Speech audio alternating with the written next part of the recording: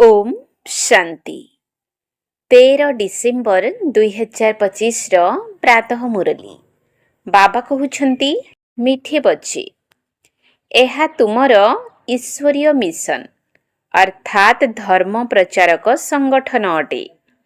तुमे समस्तंको ईश्वरंकर संतान कराई सेमानको ईश्वरंकर अविनाशी संपत्तिर अधिकारी करूछ। एहा तुमर ईश्वरीय मिशन अर्थात धर्म प्रचारक संगठन अटे। तुमे समस्तंको ईश्वरंकर संतान कराई सेमानंको ईश्वरंकर अविनाशी संपत्तिर अधिकारी करूछ। प्रश्न कर्मेन्द्रिय गुड़िकर चंचलता केबे समाप्त हेब? कर्मेन्द्रिय गुड़िकर चंचलता केबे समाप्त हेब? उत्तर जेतेबेले तुमर स्थिति सिल्वर एज अर्थात रौप्य जुगी पर्यंत पहुँची जीव बा त्रेता जुगी सतुगुणी स्थिति पर्यंत पहुँची जीव तेबे जाई कर्मेन्द्रिय गुड़िकर चंचलता समाप्त हेब। एबे तुम मानकर रिटर्न जर्नी अर्थात घर बाहुड़ा समय। सेथिपाई कर्मेन्द्रिय गुड़ी को निजर आयतरे रखिबाकु हेब। गुप्त रूपरे एपरि कौनसी कर्म करिबा उचित नुहे जहा द्वारा आत्मा पतित होई जीव। तेणु अविनाशी सर्जन तुमको जेउ भली संयमता बताउछंती सेही अनुसारे चालु थाओ। गीत मुखड़ा देखले प्राणी। ओम शांति। आत्मिक संतान मानको आत्मिक पिता बुझाउछंती केवल तुम मानकु नुहे जेउ सबु आत्मिक संतान माने प्रजापिता ब्रह्मांकर मुखवंशावली अटंती सेमाने एकथा जानिछंती। आम ब्राह्मण मानकु ही बाबा बुझाउछंती प्रथमे तुमे शूद्र थिल पुणी आसी ब्राह्मण होइछ। बाबा वर्णर हिसाब मध्य बुझाउछंती। दुनिया रे वर्ण को मध्य केही बुझी नाहंती केवल गायन रहिछि। एबे तुमे ब्राह्मण वर्णर होइछ पुणी देवता वर्णर हेब। विचार कर एकथा कौन ठीक निजको निजे विचार कर। आम कथा सुण एवं तुलना कर। शास्त्र जहा जन्म जन्मांतर शुणिछ एवं ज्ञानर सागर बाबा जहा बुझाउछंती ताकु तुलना कर।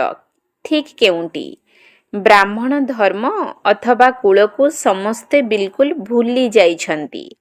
तुम पाखरे थिबा विराट रूपर चित्र ठीक भाबे तैयारी करा जाइछि। एहा उपरे ही बुझा जाउछि बाकी एते भुजाधारी चित्र जहा सबु तैयारी करिछंती एवं देवी मानकु अस्त्र शस्त्र आदि देइछंती से सबु भूल। ए सबु भक्ति मार्गर चित्र अटे। एही आखि द्वारा सबु देखुछंती किंतु किछि बुझु नाहंती। निज कर्तव्य विषय रे केही किछि जानी नाहंती। एबे तुमे निज आत्मा विषय रे जानुछ एवं 84 जन्म विषय रे मध्य जानुछ। जेपरि बाबा तुमको बुझाउछंती तुमको पुणी अन्य मानकु बुझाइबाकु हेब। शिव बाबा तो समस्तंक पाखकु जिबे नाही। निश्चय बाबांकु सहयोगी आवश्यक ना सेथिपाई तुमर एहा ईश्वरीय मिशन अटे। तुमे समस्तंकु ईश्वरंकर कराउछ बुझाउछ जे से आम आत्मा मानकर अविनाशी पिता अटंती। तांकठारु अविनाशी संपत्ति मिलिबो। जेपरि लौकिक पितांकु मने पकाई थांती तांकठारु मध्य अधिक एही पारलौकिक पितांकु मने पकाइबाकु पड़िबो। लौकिक पिता तो अल्प काल निमंते सुख देई थांती। अविनाशी पिता अविनाशी सुख देउछंती। एही ज्ञान वर्तमान आत्मा मानकु मिलुछि। एबे तुमे 3 जण जाक पितांकु जानुछ लौकिक पारलौकिक एवं अलौकिक। पारलौकिक पिता शिव बाबा अलौकिक पिता ब्रह्मा बाबांक द्वारा तुमको बुझाउछि। एही अलौकिक पितांको केही भी जानी नाहंती। ब्रह्मांक जीवन कहानी विषय रे काहाकु भी जणा नाही। तांकर कर्तव्य विषय रे मध्य जानिबा उचित ना। शिव एवं श्रीकृष्णंकर महिमा गान करुछंती बाकी ब्रह्मांकर महिमा काहे?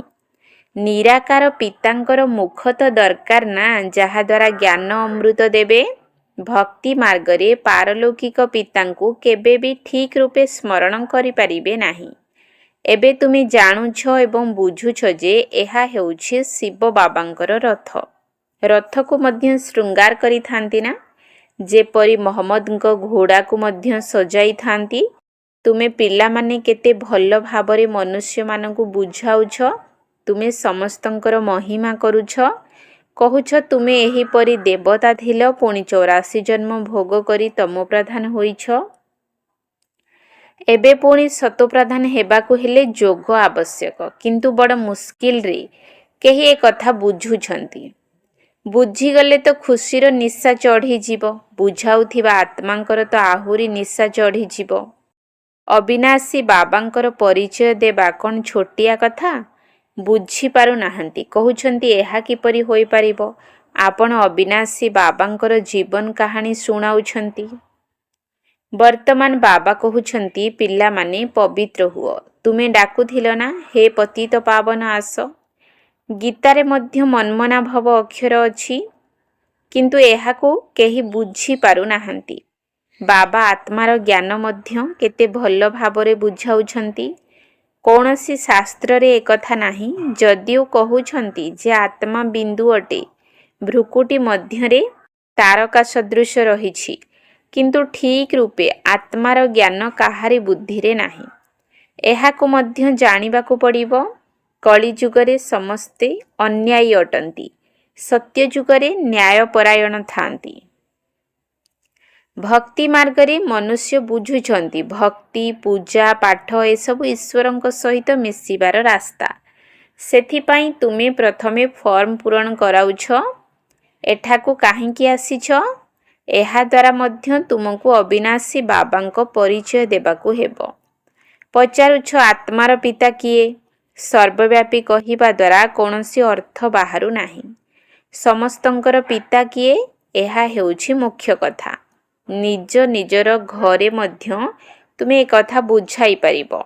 ଗୋଟିଏ ଦୁଇଟି ମୁଖ୍ୟ ଚିତ୍ର, ଶିଡ଼ି, ତ୍ରିମୂର୍ତ୍ତି, କଳ୍ପବୃକ୍ଷ, ଏହା ବହୁତ ଜରୁରୀ ଚିତ୍ର ଅଟେ। କଳ୍ପବୃକ୍ଷର ଚିତ୍ରରୁ ସବୁ ଧର୍ମାବଲମ୍ବୀ ବୁଝିପାରିବେ ଯେ ଆମର ଧର୍ମ କେବେ ଆରମ୍ଭ ହେଲା। ଆମେ ଏହି ହିସାବରେ ସ୍ୱର୍ଗକୁ ଯାଇପାରିବୁ କି ନାହିଁ। ଯେଉଁମାନେ ପଛରେ ଆସିବେ ସେମାନେ ତ ସ୍ୱର୍ଗକୁ ଯାଇପାରିବେ ନାହିଁ, କିନ୍ତୁ ଶାନ୍ତିଧାମକୁ ଯାଇପାରିବେ। କଳ୍ପବୃକ୍ଷ ଦ୍ୱାରା ମଧ୍ୟ ବହୁତ ଭଲ ଭାବରେ ବୁଝା ଯାଇପାରିବ। ଯେଉଁ ଯେଉଁ ଧର୍ମ ପଛରେ ଆସିଛି, ସେହି ଧର୍ମର ଆତ୍ମାମାନେ ନିଶ୍ଚୟ ଉପରକୁ ଯାଇ ବିରାଜମାନ ହେବେ। ତୁମ ବୁଦ୍ଧିରେ ଏସବୁର ସମସ୍ତ ମୂଳଦୁଆ ଜ୍ଞାନ ରହିଛି। ବାବା କହୁଛନ୍ତି ଆଦି ସନାତନ ଦେବୀ ଦେବତା ଧର୍ମର ଚାରା ତ ଲାଗିଲା, ପୁଣି ବୃକ୍ଷର ପତ୍ର ମଧ୍ୟ ତୁମକୁ ତିଆରି କରିବାକୁ ପଡ଼ିବ। ବିନା ପତ୍ରରେ କୌଣସି ବୃକ୍ଷ ତ ନଥାଏ। ସେଥିପାଇଁ ବାବା ପୁରୁଷାର୍ଥ କରାଉଛନ୍ତି ନିଜ ସମାନ ତିଆରି କରିବା ପାଇଁ। ଅନ୍ୟ ଧର୍ମାବଲମ୍ବୀମାନଙ୍କୁ ପ୍ରଜାରୂପୀ ପତ୍ର ତିଆରି କରିବାକୁ ପଡ଼ୁନାହିଁ। ସେ ତ ଉପରୁ ଆସି ତାଙ୍କ ଧର୍ମର ମୂଳଦୁଆ ସ୍ଥାପନ କରୁଛନ୍ତି, ପୁଣି ପରେ ପତ୍ର ଉପରୁ ଯାସ କରୁଛନ୍ତି। ତୁମେ ପୁଣି ବୃକ୍ଷର ବୃଦ୍ଧି ପାଇଁ ଏହି ପ୍ରଦର୍ଶନୀ ଆଦି କରୁଛ। ଏହାଦ୍ୱାରା ପତ୍ର ତିଆରି ହେଉଛି, ପୁଣି ମାୟାର ତୋଫାନ ଆସିବା ଦ୍ୱାରା ଢଳି ପଡ଼ୁଛନ୍ତି ବା ଝାଉଁଳି ଯାଉଛନ୍ତି। ଏବେ ଆଦି ସନାତନ ଦେବୀ ଦେବତା ଧର୍ମର ସ୍ଥାପନା ହେଉଛି। ଏଥିରେ ଲଢ଼େଇ ଆଦିର କୌଣସି କଥା ନାହିଁ। କେବଳ ବାବାଙ୍କୁ ମନେ ପକାଇବାକୁ ହେବ ଏବଂ ଅନ୍ୟକୁ ସ୍ମୃତି ଦେବାକୁ ହେବ। ତୁମେ ସମସ୍ତଙ୍କୁ କହୁଛ, ଆଉ ଯେଉଁ ସବୁ ରଚନା ଅର୍ଥାତ୍ ଦେହଧାରୀ ଅଛନ୍ତି ତାକୁ ଛାଡ଼। ରଚନା ଠାରୁ କେବେ ସମ୍ପତ୍ତି ମିଳିପାରିବ ନାହିଁ। ରଚୟିତା ବାବାଙ୍କୁ ହିଁ ମନେ ପକାଇବାକୁ ହେବ, ଆଉ କାହାରି ବି ସ୍ମୃତି ନ ଆସୁ। ବାବାଙ୍କର ହୋଇ ଜ୍ଞାନ ମାର୍ଗକୁ ଆସି ପୁଣି ଯଦି କେହି ଏପରି କୌଣସି କାମ କରିବ, ତେବେ ତାର ବୋଝ ମୁଣ୍ଡ ଉପରେ ବହୁତ ରହିବ। ବାବା ପବିତ୍ର କରିବାକୁ ଆସୁଛନ୍ତି, ଆଉ ଯଦି ଏପରି କୌଣସି ଖରାପ କାମ କଲ, ତେବେ ଆହୁରି ପତିତ ହୋଇଯିବ। ସେଥିପାଇଁ ବାବା କହୁଛନ୍ତି ଏପରି କୌଣସି କାମ କର ନାହିଁ ଯାହାଦ୍ୱାରା କ୍ଷତି ହେବ।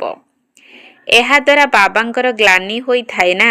ଏପରି କର୍ମ କର ନାହିଁ ଯାହାଦ୍ୱାରା ଅଧିକ ବିକର୍ମ ହେବ। ସଂଯମତା ମଧ୍ୟ ରଖିବାକୁ ପଡ଼ିବ। ଔଷଧ ସେବନ ବେଳେ ଖାଦ୍ୟରେ ସଂଯମତା ପାଳନ କରାଯାଇଥାଏ। ଡାକ୍ତର ଖଟା ଆଦି ଖାଇବାକୁ ମନା କଲେ ମାନିବା ଉଚିତ। କର୍ମେନ୍ଦ୍ରିୟକୁ ଆୟତରେ ରଖିବାକୁ ପଡ଼ିଥାଏ।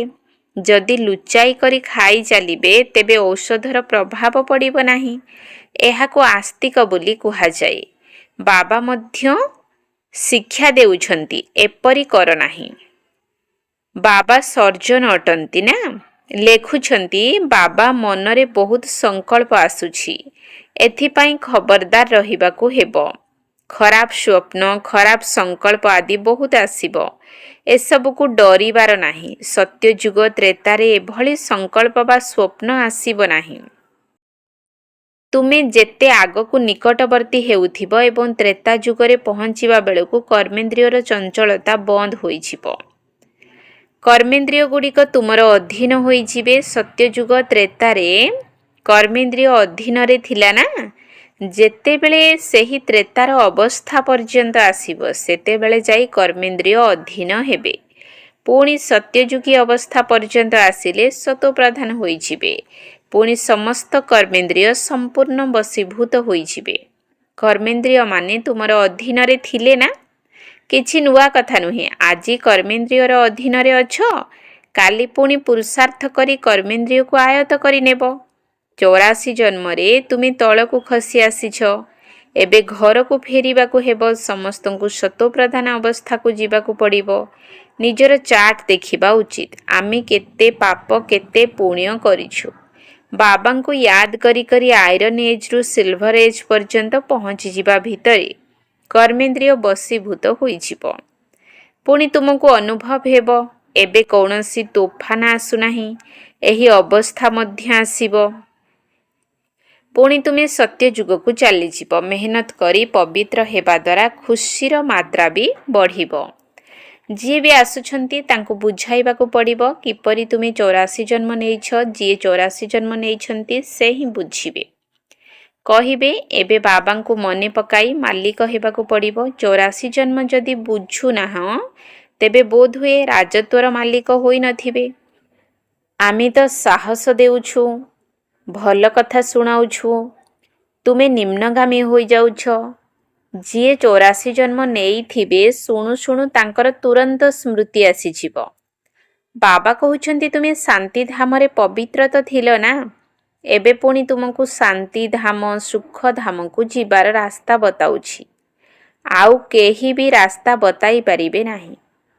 ଶାନ୍ତିଧାମକୁ ମଧ୍ୟ ପବିତ୍ର ଆତ୍ମାମାନେ ହିଁ ଯାଇପାରିବେ। ଯେତେ ଖାଦ ବାହାରିଯିବ ସେତେ ଉଚ୍ଚ ପଦ ମଧ୍ୟ ମିଳିବ। ତେଣୁ ଯିଏ ଯେତେ ପୁରୁଷାର୍ଥ କରିପାରିବ। ପ୍ରତ୍ୟେକଙ୍କର ପୁରୁଷାର୍ଥକୁ ତ ତୁମେ ଦେଖୁଛ। ବାବା ମଧ୍ୟ ବହୁତ ଭଲ ସାହାଯ୍ୟ କରୁଛନ୍ତି। ଇଏ ତ ଯେପରିକି ପୁରୁଣା ସନ୍ତାନ। ପ୍ରତ୍ୟେକଙ୍କର ନାଡ଼ିକୁ ଅର୍ଥାତ୍ ଅବସ୍ଥାକୁ ବୁଝୁଛ ନା। ଯେଉଁମାନେ ବୁଦ୍ଧିମାନ ହୋଇଥିବେ ସେମାନେ ତୁରନ୍ତ ବୁଝିଯିବେ। ବେହଦ୍ର ପିତା ଅଟନ୍ତି। ତାଙ୍କଠାରୁ ନିଶ୍ଚୟ ସ୍ୱର୍ଗର ସମ୍ପତ୍ତି ମିଳିବା ଉଚିତ। ସମ୍ପତ୍ତି ମିଳିଥିଲା, ଏବେ ନାହିଁ, ପୁନର୍ବାର ମିଳୁଛି। ଲକ୍ଷ୍ୟ ଓ ଉଦ୍ଦେଶ୍ୟ ସମ୍ମୁଖରେ ରହିଛି। ବାବା ଯେବେ ସ୍ୱର୍ଗର ସ୍ଥାପନା କରିଥିଲେ ସେ ସମୟରେ ତୁମେ ସ୍ୱର୍ଗର ମାଲିକ ଥିଲ। ପୁଣି 84 ଜନ୍ମ ନେଇ ତଳକୁ ଓହ୍ଲାଇ ଆସିଛ। ବର୍ତ୍ତମାନ ଏହା ତୁମର ଅନ୍ତିମ ଜନ୍ମ ଅଟେ। ଇତିହାସର ପୁନରାବୃତ୍ତି ତ ନିଶ୍ଚୟ ହେବ ନା। ତୁମେ ସାରା 84 ଜନ୍ମର ଚକ୍ରର ହିସାବ ବତାଉଛ। ଯେତିକି ବୁଝିବେ ସେତିକି ପ୍ରଜା ହେବେ। ତୁମେ ମଧ୍ୟ ବହୁତ ଆତ୍ମାକୁ ନିଜ ସମାନ କରୁଛ ନା। ତୁମେ କହୁଛ ଆମେ ଆସିଛୁ ସାରା ବିଶ୍ୱକୁ ମାୟାର ଜଞ୍ଜିରରୁ ମୁକ୍ତ କରିବା ପାଇଁ। ବାବା କହୁଛନ୍ତି ମୁଁ ସମସ୍ତଙ୍କୁ ରାବଣ ପାଖରୁ ମୁକୁଳାଇବାକୁ ଆସିଛି। ତୁମେ ମଧ୍ୟ ବୁଝୁଛ ଯେ ବାବା ଜ୍ଞାନର ସାଗର ଅଟନ୍ତି। ତୁମେ ମଧ୍ୟ ଜ୍ଞାନ ପ୍ରାପ୍ତ କରି ମାଷ୍ଟର ଜ୍ଞାନର ସାଗର ହେଉଛ ନା। ଜ୍ଞାନ ଏବଂ ଭକ୍ତି ଅଲଗା ଅଲଗା ଅଟେ। ତୁମେ ଜାଣିଛ ଭାରତର ପ୍ରାଚୀନ ରାଜଯୋଗ ବାବା ହିଁ ଶିଖାଉଛନ୍ତି। କୌଣସି ମନୁଷ୍ୟ ଏହି ରାଜଯୋଗ ଶିଖାଇ ପାରିବେ ନାହିଁ। କିନ୍ତୁ ଏକଥା ସମସ୍ତଙ୍କୁ କିପରି ବତାଇବା। ଏଠାରେ ତ ଅସୁରମାନଙ୍କର ବିଘ୍ନ ମଧ୍ୟ ବହୁତ ପଡ଼ୁଛି। ଆଗରୁ ତ ଭାବୁଥିଲ ବୋଧହୁଏ କେହି ସ୍ଥୂଳ ଆବର୍ଜନା ପକାଉଛନ୍ତି। ଏବେ ବୁଝୁଛ ଏମାନେ କିପରି ବିଘ୍ନ ପକାଉଛନ୍ତି। କିଛି ନୂଆ କଥା ନୁହେଁ। କଳ୍ପ ପୂର୍ବରୁ ମଧ୍ୟ ଏହିପରି ହୋଇଥିଲା। ତୁମ ବୁଦ୍ଧିରେ ସାରା ଚକ୍ର ଘୁରି ଚାଲିଛି। ବାବା ଆମକୁ ସୃଷ୍ଟିର ଆଦି ମଧ୍ୟ ଅନ୍ତର ରହସ୍ୟ ବୁଝାଉଛନ୍ତି। ବାବା ଆମକୁ ଲାଇଟ୍ ହାଉସ୍ର ଉପାଧି ମଧ୍ୟ ଦେଇଛନ୍ତି। ଗୋଟିଏ ଆଖିରେ ମୁକ୍ତିଧାମ, ଅନ୍ୟ ଆଖିରେ ଜୀବନ ମୁକ୍ତିଧାମ। ତୁମକୁ ଶାନ୍ତିଧାମକୁ ଯାଇ ପୁଣି ସୁଖଧାମକୁ ଆସିବାକୁ ହେବ। ଏହା ହିଁ ହେଉଛି ଦୁଃଖଧାମ। ବାବା କହୁଛନ୍ତି ଏହି ଆଖି ଦ୍ୱାରା ଯାହା କିଛି ତୁମେ ଦେଖୁଛ ତାକୁ ଭୁଲ। ନିଜର ଶାନ୍ତିଧାମକୁ ମନେ ପକାଅ। ଆତ୍ମାକୁ ନିଜର ପିତାଙ୍କୁ ମନେ ପକାଇବାକୁ ହେବ। ଏହାକୁ ହିଁ ଅବ୍ୟଭିଚାରୀ ଯୋଗ କୁହାଯାଏ। ଜ୍ଞାନ ମଧ୍ୟ ଜଣଙ୍କଠାରୁ ହିଁ ଶୁଣିବାକୁ ହେବ। ଏହା ହେଉଛି ଅବ୍ୟଭିଚାରୀ ଜ୍ଞାନ। ୟାଦ ମଧ୍ୟ ଜଣକୁ କର। ମୋର ତ ଜଣେ, ଦ୍ୱିତୀୟ ଆଉ କେହି ନାହାନ୍ତି। ଯେପର୍ଯ୍ୟନ୍ତ ନିଜକୁ ଆତ୍ମା ନିଶ୍ଚୟ ନ କରିବ ସେ ପର୍ଯ୍ୟନ୍ତ ଜଣଙ୍କର ସ୍ମୃତି ରହିବ ନାହିଁ। ଆତ୍ମା କହୁଛି ମୁଁ ତ ଏକମାତ୍ର ବାବାଙ୍କର ହିଁ ହେବି। ମୋତେ ବାବାଙ୍କ ପାଖକୁ ଯିବାକୁ ହେବ। ଏହି ଶରୀର ତ ପୁରୁଣା, ଜୀର୍ଣ୍ଣଶୀର୍ଣ୍ଣ ହୋଇଯାଇଛି। ଏଥିରେ ମଧ୍ୟ ମମତ୍ୱ ରଖିବାର ନାହିଁ। ଏହା ଜ୍ଞାନର କଥା ଅଟେ। ଏପରି ନୁହେଁ କି ଶରୀରର ଯତ୍ନ ନେବ ନାହିଁ। ମନରେ ଭାବିବା ଉଚିତ ଏହା ପୁରୁଣା ଚମଡ଼ା ଅଟେ, ଏହାକୁ ତ ଏବେ ଛାଡ଼ିବାକୁ ହେବ। ତୁମର ହେଲା ବେହଦର ସନ୍ନ୍ୟାସ। ସନ୍ନ୍ୟାସୀମାନେ ତ ଜଙ୍ଗଲକୁ ଚାଲି ଯାଉଛନ୍ତି। ତୁମକୁ ଘରେ ରହି ବାବାଙ୍କୁ ମନେ ପକାଇବାକୁ ହେବ। ବାବାଙ୍କ ସ୍ମୃତିରେ ରହି ତୁମେ ମଧ୍ୟ ଶରୀର ଛାଡ଼ିପାରିବ। ଯେଉଁଠି ଥିଲେ ମଧ୍ୟ ତୁମେ ବାବାଙ୍କୁ ମନେ ପକାଅ। ବାବାଙ୍କ ସ୍ମୃତିରେ ରହି ସ୍ୱଦର୍ଶନ ଚକ୍ରଧାରୀ ହେଲେ ଯେଉଁଠି ଥିଲେ ମଧ୍ୟ ତୁମେ ଉଚ୍ଚ ପଦ ପାଇପାରିବ। ଯେତେ ବ୍ୟକ୍ତିଗତ ଭାବେ ସ୍ୱପୁରୁଷାର୍ଥ କରିବ ସେତେ ଉଚ୍ଚ ପଦ ପାଇପାରିବ। ଘରେ ରହି ମଧ୍ୟ ୟାଦର ଯାତ୍ରାରେ ରହିବାକୁ ହେବ। ଏବେ ଅନ୍ତିମ ଫଳାଫଳ ପାଇଁ ଅଳ୍ପ ସମୟ ବାକି ଅଛି। ପୁଣି ତୁମ ପାଇଁ ନୂଆ ଦୁନିଆ ମଧ୍ୟ ପ୍ରସ୍ତୁତ ହେବା ଦରକାର ନା। ଏବେ କର୍ମାତୀତ ଅବସ୍ଥା ହୋଇଗଲେ ସୂକ୍ଷ୍ମବତନରେ ରହିବାକୁ ପଡ଼ିବ। ସୂକ୍ଷ୍ମବତନରେ ରହି ମଧ୍ୟ ପୁଣି ଜନ୍ମ ନେବାକୁ ପଡ଼ୁଛି। ଆଗକୁ ଗଲେ ତୁମକୁ ସବୁ ସାକ୍ଷାତକାର ହେବ। ଆଚ୍ଛା, ମିଠା ମିଠା ଶିଖିଲ ଧେ ସନ୍ତାନମାନଙ୍କ ପ୍ରତି ମାତା ପିତା ବାପଦାଦାଙ୍କର ମଧୁର ସ୍ନେହ ସମ୍ପନ୍ନ ଶୁଭେଚ୍ଛା ଏବଂ ସୁପ୍ରଭାତ। ଆତ୍ମିକ ପିତାଙ୍କର ଆତ୍ମିକ ସନ୍ତାନମାନଙ୍କୁ ନମସ୍ତେ। ଆତ୍ମିକ ସନ୍ତାନମାନଙ୍କର ଆତ୍ମିକ ବାପଦାଦାଙ୍କୁ ନମସ୍ତେ ନମସ୍ତେ ନମସ୍ତେ। ସୁପ୍ରଭାତ। ଧାରଣା ପାଇଁ ମୁଖ୍ୟ ସାର। 1 ନମ୍ବର ପଏଣ୍ଟ। ଏକମାତ୍ର ବାବାଙ୍କଠାରୁ ହିଁ ଶୁଣିବାକୁ ହେବ। ଜଣଙ୍କର ହିଁ ଅବ୍ୟଭିଚାରୀ ସ୍ମୃତିରେ ରହିବାକୁ ହେବ। ଏହି ଶରୀର ପ୍ରତି ମମତ୍ୱ ନ ରଖି ଏହାର ଯତ୍ନ ନେବାକୁ ହେବ। ଏକମାତ୍ର ବାବାଙ୍କଠାରୁ ହିଁ ଶୁଣିବାକୁ ହେବ। ଜଣଙ୍କର ହିଁ ଅବ୍ୟଭିଚାରୀ ସ୍ମୃତିରେ ରହିବାକୁ ହେବ।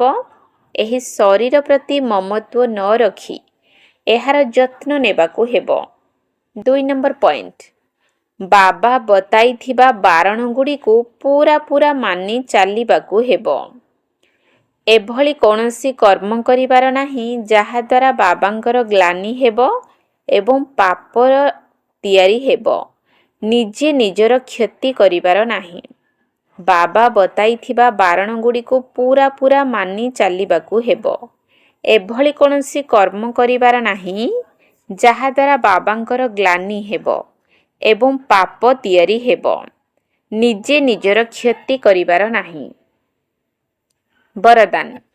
3ଟି ଯାକ ସେବାର ସନ୍ତୁଳନ ଦ୍ୱାରା ସର୍ବଗୁଣର ଅନୁଭୂତି କରୁଥିବା ଗୁଣ ମୂରତ ଭବ।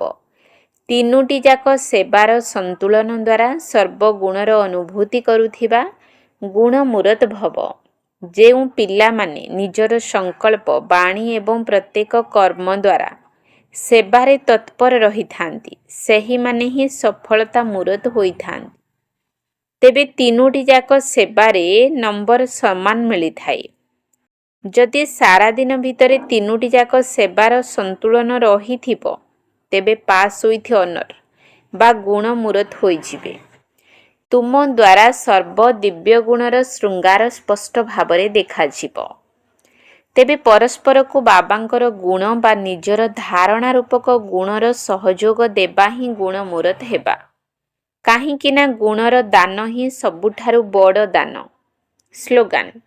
ଯଦି ନିଶ୍ଚୟ ରୂପୀ ମୂଳଦୁଆ ପକ୍କା ଥିବ ତେବେ ଶ୍ରେଷ୍ଠ ଜୀବନର ଅନୁଭବ ସ୍ୱତଃ ହିଁ ହେବାକୁ ଲାଗିବ। ଯଦି ନିଶ୍ଚୟ ରୂପୀ ମୂଳଦୁଆ ପକ୍କା ଥିବ ତେବେ ଶ୍ରେଷ୍ଠ ଜୀବନର ଅନୁଭବ ସ୍ୱତଃ ହିଁ ହେବାକୁ ଲାଗିବ। ଅବ୍ୟକ୍ତ ଇଶାରା। ଏବେ ସମ୍ପନ୍ନ ବା କର୍ମାତୀତ ହେବା ପାଇଁ ତୀବ୍ର ଇଚ୍ଛା ପ୍ରକଟ କର। ପୂର୍ବ ଜନ୍ମର କର୍ମର ହିସାବ କିତାବର ଫଳସ୍ୱରୂପ ଶାରୀରିକ ରୋଗ ହେଉ ବା ମନର ସଂସ୍କାର ଅନ୍ୟ ଆତ୍ମାମାନଙ୍କର ସଂସ୍କାର ସହିତ ଅମେଳ ହେଉ, କିନ୍ତୁ କର୍ମାତୀତ ଆତ୍ମା କର୍ମ ଭୋଗର ବଶୀଭୂତ ନ ହୋଇ ମାଲିକ ହୋଇ ହିସାବ କିତାବକୁ ଚୁକ୍ତ କରାଇବେ। ତେବେ କର୍ମ ଯୋଗୀ ହୋଇ କର୍ମ ଭୋଗକୁ ଚୁକ୍ତ କରିବା, ଏହା ହିଁ ହେଉଛି କର୍ମାତୀତ ସ୍ଥିତିର ଲକ୍ଷଣ। ତେଣୁ ଅଭ୍ୟାସ କର, ଏବେ ଏବେ କର୍ମଯୋଗୀ, ଏବେ ଏବେ କର୍ମାତୀତ ସ୍ଥିତି। ଓମ୍ ଶାନ୍ତି।